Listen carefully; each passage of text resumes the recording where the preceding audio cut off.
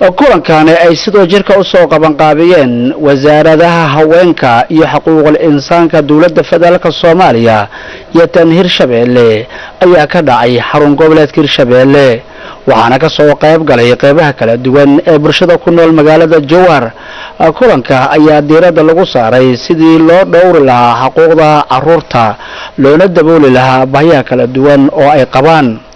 carruurtii ka soo qayb gashay kulanka ayaa biloobay isbarasho iyo isdhaxgal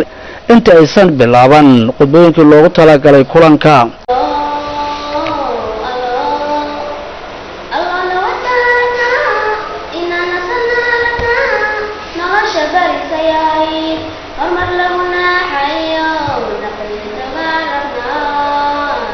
ugu horeyntii waxaa goobta ka hadlay qaar ka mid ah ka soo qayb galayaasha marka ay dhacaan fariinka waalidiinta marka ay furaan oo kale ilmaha waxay sababaan dayac marka waa inay helaan daryeel discouragement oo sameynaya niyadjaba ku dhaca laakiin hadii waa fiican tahay maanta waxaan maad qabatay maxaan ku raadayay si uga soo jawaabtay hadba sida ay ula dhaqmaan waalidiinta ay u riyaaqi karaan carruurta in iskuul ay dhigtaan laakiin waxaa meesha ka maqan ama waalid ha ahaadaano ama bulsho kale oo isku xiran ha ahaato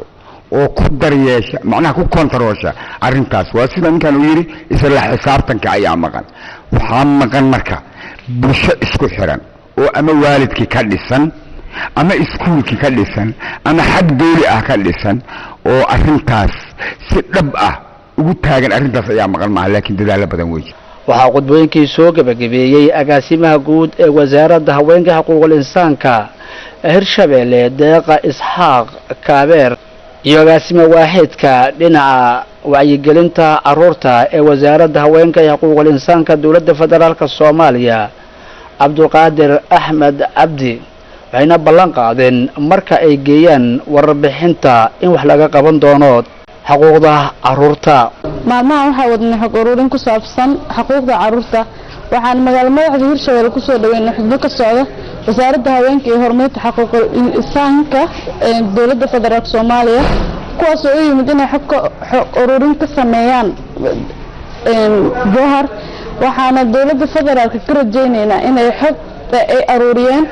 ay ka soo jawaab celiyaan waxaan ka socdaa dawladda federaalka waxaana ka ahay xidhan waxaana isoo dirtay wasiiradda haweenka ee xuquuqul insaanka waxa la isoo diray waxa waa barnaamijkan xuquuqda carruurta si macna carruurta oo xog looga heli lahaa macna carruur badan baa daran oo dhibaataysan si qof kasta xaqiisa uga hadli lahaa qaar aan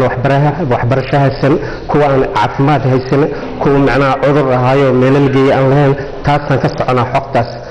Abubakar Maxamed Baadle Radio TV qaranka Soomaaliyeed xarun goboleedka Hirshabeelle magaalada Jowhar